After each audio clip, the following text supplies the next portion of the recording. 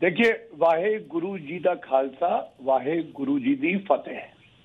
और वाकई नाविका जी, आज जब हरदीप पुरी जी ने अपने सर पर 3 पवित्र स्वरूप गुरु ग्रंथ साहिब जी के उठा रखे थे, तो भारत एक बहुत बड़ी मिसाल दे रहा था मानवता की।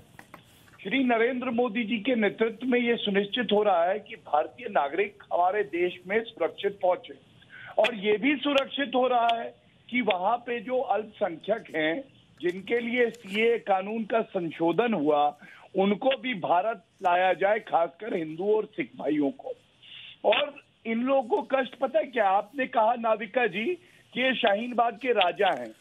शाहीन बाग के नहीं है ये राजा, क्योंकि जनता ने इनका बजा दिया था बाजा।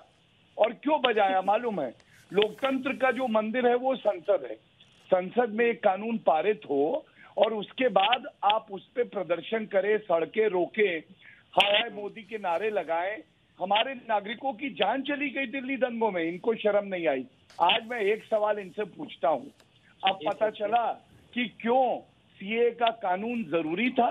क्योंकि जो 3 मुल्क हैं, या तो इस्लामिक हैं और या जवाब दे बहुसंख्यक इस्लाम को मानते हैं, और जो प्रताड़ित किए जाते हैं। मैं जवाब देना चाहूंगा। मैं शोएब थोड़ा आराम, मैं आप ही को समय दूंगा, लेकिन पहले सवाल पूरा करूंगा उसके बाद।